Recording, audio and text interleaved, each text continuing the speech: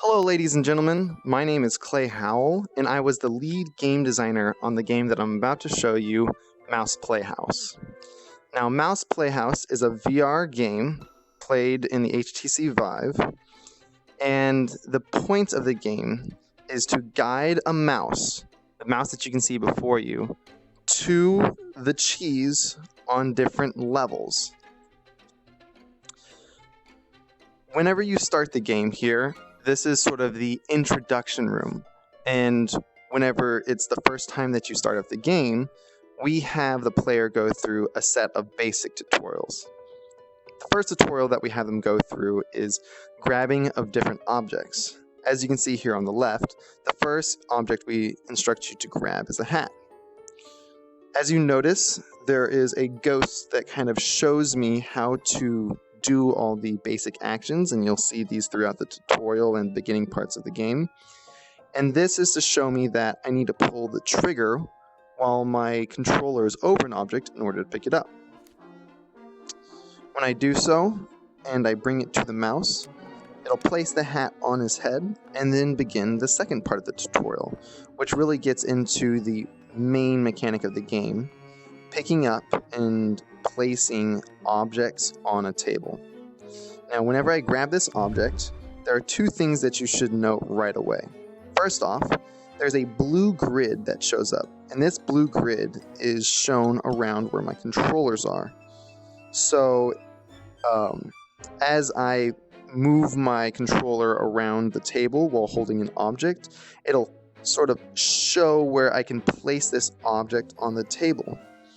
The grid is only shown in a close proximity around the controller because later on there are larger levels, and we felt it was very annoying to see just a ton of blue lines right when you pick up an object. We only wanted to show sort of the grid close to where you're about to place the object. The second thing I wanted you to notice is that the mouse immediately stops moving. If I set down the object, you can see the mouse immediately starts moving again, and so this is a sort of show immediately, but if you don't get it, you also are sort of shown it again later on, that in Mouse Playhouse, this game is not about moving frantically, solving puzzles quickly, Twitch-like reactions, but rather it's supposed to be a slow-paced puzzle game, methodical. You can think it through. If you want to just wait, hold on a second, I want to stop, take a step back and look at what I'm doing, you can do so by picking up an object. So I'm going to go ahead and place this object down, and as I'm about to place it down, I see that the grid sort of shows a ghost-like outline for where, if I were to let go of the controller, where the object would snap to. This is very useful whenever you get later on to objects that are like the wedges, because they have different orientations, and it makes it a lot more sense than with a block right now to show where the object is about to snap. And we'll get to that example here in a short while. Whenever the mouse ever gets to a giant wheel of cheese, he'll start eating it, and it'll transition the player to the next level in this sequence of levels. Here, because it's the beginning and it's the tutorial, we continue on to the next onboarding part of learning how to use the Vive in Mouse Playhouse. It's a room scale game, and so therefore we wanted to implement a teleportation system instead of rather a movement system, because we wanted to fight against vection and vomiting in general. So here we have a very simple way to move the player around, and it's by clicking on the touchpad. Now, whenever I reach my thumb to touch the touchpad, and I just merely touch it but not actually click down, it shows an example beam. It shows like a prediction of where you're about to go. The icon on the ground shows 2 feet with an arrow pointing forward, and that's where the player will move to after they click onto the touchpad. And so if I line up my controller with the icon in front of me, not only will my beam turn blue, which means that it's good, but you can't see it, or I guess hear it or feel it, But the controllers also harshly vibrate in your hand whenever you're doing something wrong. So it's like saying, no, I don't want to do this. And then whenever you hover over something that's correct, it's like, yes, this is okay, this is valid. So now I'm going to click into the touchpad, and it'll immediately teleport me to that position. As you might have seen there, I could also move my thumb around on the touchpad, and doing so changes the direction of this arrow. Whenever I click down to teleport, my player will be facing the direction of that arrow. As you can see here, the second part sort of illustrates that example by making the player point the arrow in the direction that it wants to in the circle. And if you point in a direction that's not the direction that we are sort of guiding you to press, it will then turn red. So I'm going to go ahead and finish up this tutorial here real quick. Now, I will say this is sort of an important part right before the end of sort of the main part of the tutorial, is that you're given a radio. Now, this radio represents sort of like options. You have different language options, you have different volume options for music and sounds, and this is also where the source of the music is coming from. Whenever you're in a level, you'll have one of these radios. And sort of this was the movement to make sure that all of our UI options are diegetic, meaning that there are real world equivalents to doing action. So if I wanted to change the volume, I wouldn't want to bring up a 2D menu that's like attached to my screen. I want to physically change the volume in the game, or I want to physically change the language in the game by pressing analogous buttons. There's an example over there also that shows that whenever I want to continue on to another room, I can click on a handle, opening a knob that takes me to the next room. So all of these options, all of our UI is, again, diegetic because it just helps with the immersion, and it also kind of helps sell that you are in this virtual space. So the first place that you're taking after you finish the tutorial is a room. We call it the office. In development, we call it Dad's office, as if you were going into your father's office. But in reality, once we finish the game, this is just sort of the office or the workspace. You have some interesting things that you can interact with. I won't do that right now. I'll let you do that if you ever decide to download the game. But mainly here in this corner shows you a listing of all the levels that you have available to you. Now, right now, I only have one level there at the top, and there's a little ghost showing me that I should maybe go over there or click on it, and we have a little shine saying, hey, come to me. But as I start going through these levels, this board will start filling up. If I get a little bit closer, this board will start showing more pieces of paper as we go through. So I'm going to go ahead and go into the first level.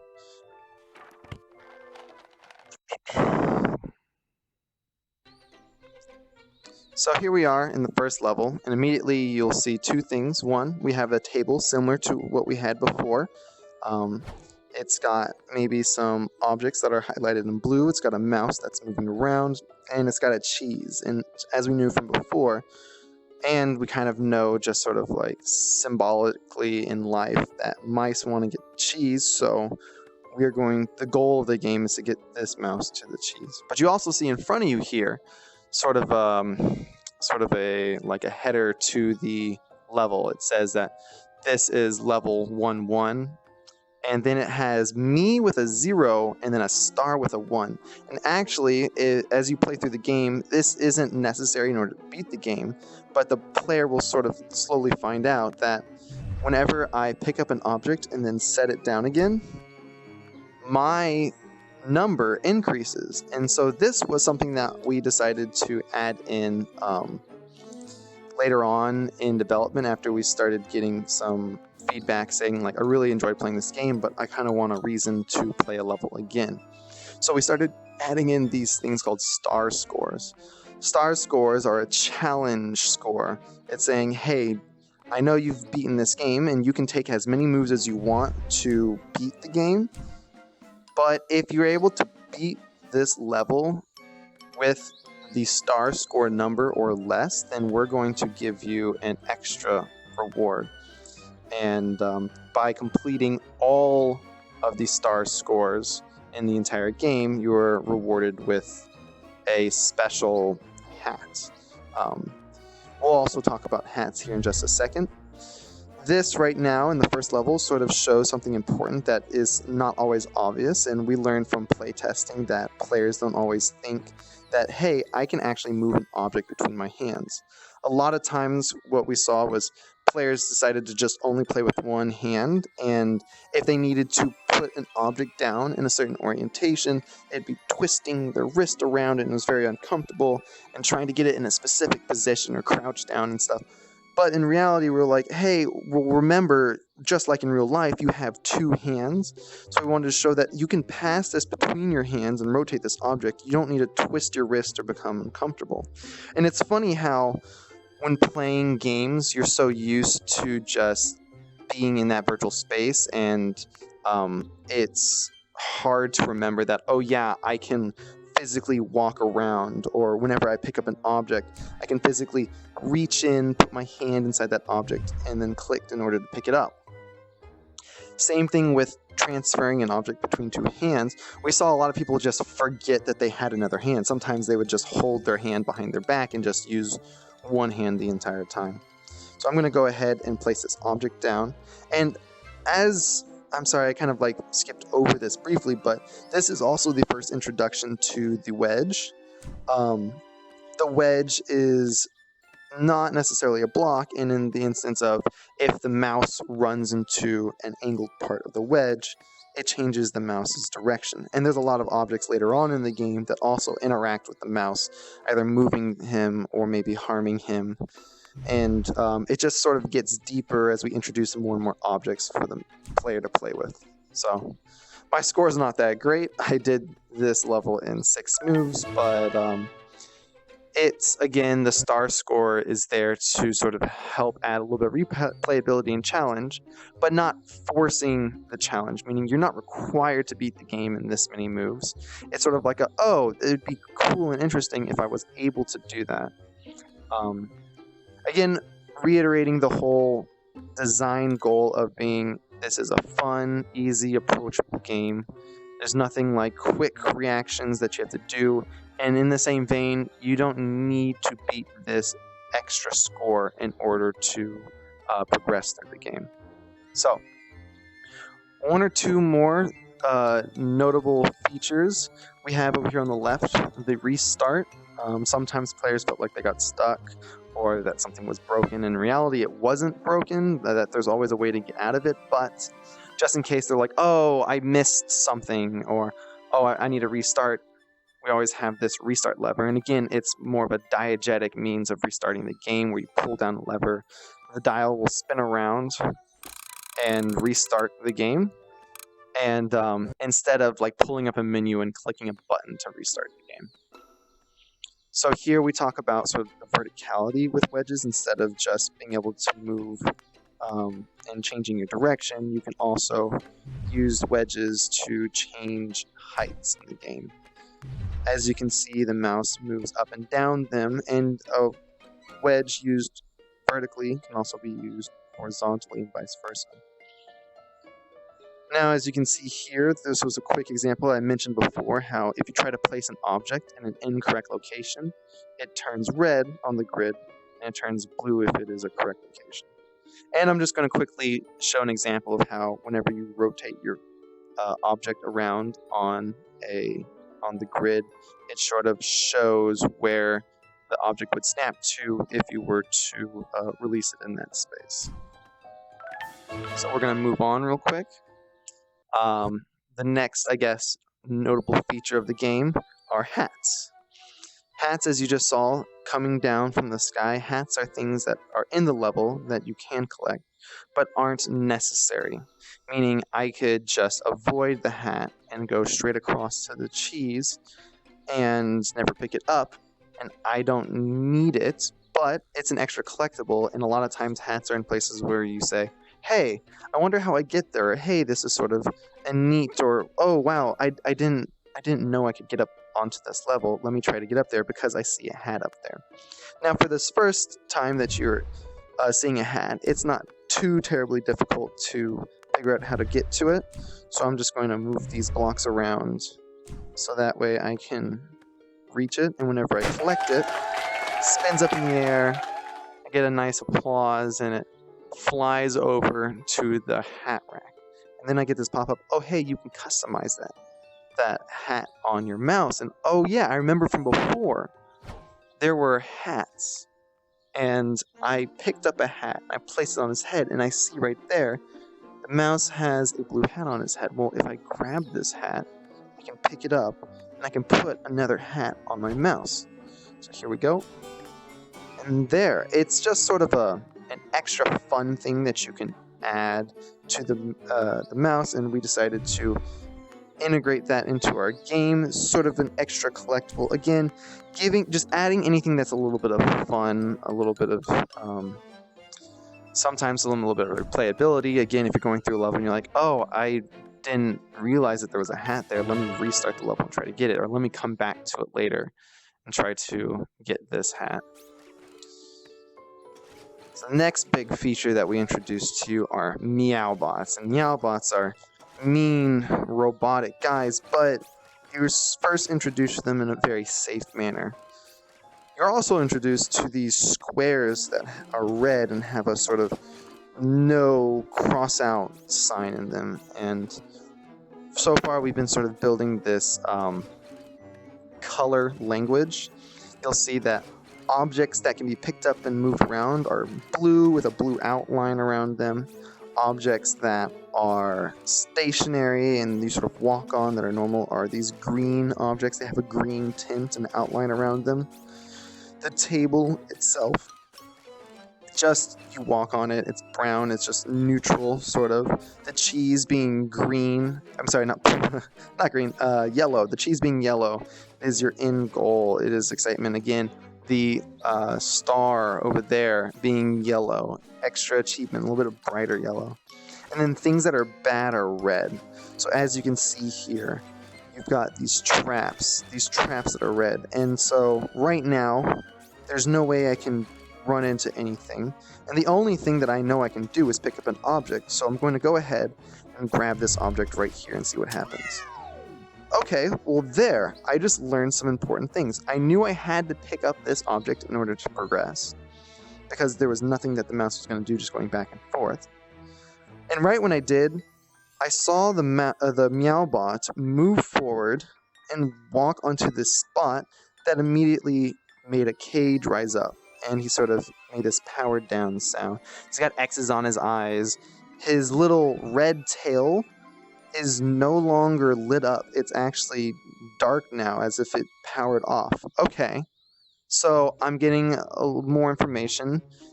He is a Meowbot, and I know the name of it. Meow, cat robot, whatever. So if you touch this space, it traps you. Maybe it just traps Meowbots, maybe it traps mice. I'm not sure. I can always find out by just placing this block down and walking forward, and I see, oh, if I step on it, or I guess if anyone steps on it, it cages you. And so by being caged, you are forced to restart a level, and it's a very safe environment. It takes you immediately back here. You didn't lose much progress. Okay, I understand. So let me grab this wedge again. Okay, traps me out, but I get it. Okay, so I want to avoid the red squares, and maybe I also want to avoid this cat robot, but I'm not entirely sure. So I'm going to place down the wedge, continue on. Yay! I finished the level, and as a small thing, you may have noticed that if I finish a level and I finished within this star score, it rains stars from the sky. But if I finish a level normally and I don't actually achieve that star score, it just rains confetti. It's still happy, but just a little bit of an extra funness. Okay, so This is the next level, and it looks like we have a gap, a divide that we need to cross. And in that divide is a cat or robot that I saw from before. And actually on his chest you can sort of see a design that shows a mouse with its face crossed out. So I'm gonna assume that this guy is bad. So let me go ahead and come down here and maybe see if we can figure out. Okay, well, I'm gonna just pause. Oh wait, hold on a second. So there's a couple things I wanted to note there. One, the Meowbot totally attacks me. Whenever he touches the player, he also like defeats the mouse, and you have to restart.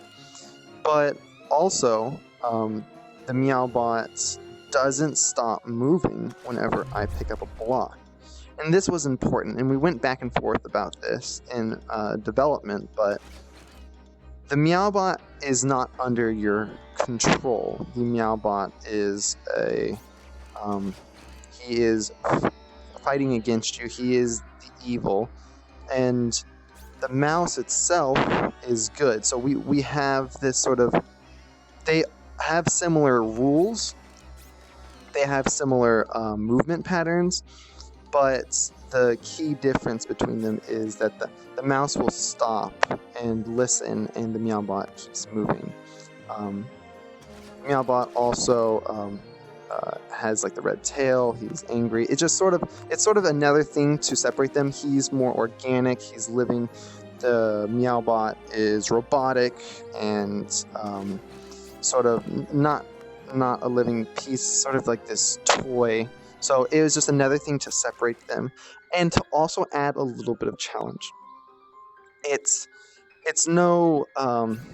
I went through this game and I was trying to make it as fun as possible, and I thought maybe making it more and more difficult would have been good, but actually I had a lot of fight against me to make the game much easier, and so we toned down the game. But one thing I did want to hold on to is that Meowbot moves while holding an object, and this is that small difference, this little bit of difficulty, I think actually makes the game a lot more fun.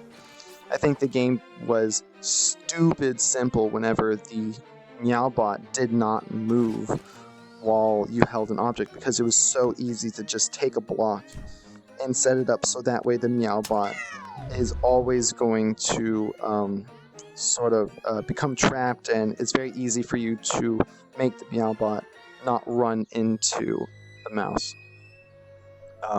This way, whenever you see the Meowbot moving, you have to think, okay, I gotta make sure my mouse is in a safe spot, and then progress through the level and figure out how to keep him in these sort of parts where no matter where the Meowbot moves, the mouse is still safe. I'm going to go through real quick and finish up this level, and this is actually the last level in the first set, 1-5, so set 1. And as you can see here, we have a couple more sets that you can progress through. And that's going to be about it. The environment changes some as you collect things. When you get more hats, there's more hats over the hat rack. First time you encounter the Meowbot, it shows the Meowbot here. There are other things that you can interact with. In the office, you can pick up paper, toss it in the bin. There's darts that you can pick up and throw them at the dartboard. There's also things in the actual room that you can play around with. Sorry, just trying to quickly touch on any key features that I might have missed out on, because this is the main part of the game, and the main play space is within this sort of like tiled grid area. But you can also just explore, and we have little things hidden here and there that you can pick up and play with and sort of discover as you play through Mouse Playhouse. So, but that is actually now that's actually about it. That's all the key features I wanted to kind of discuss and talk about in Mouse Playhouse. Again, my name's Clay Howell. Thank you so much for watching, and I hope this let a little bit of insight into how we developed the game.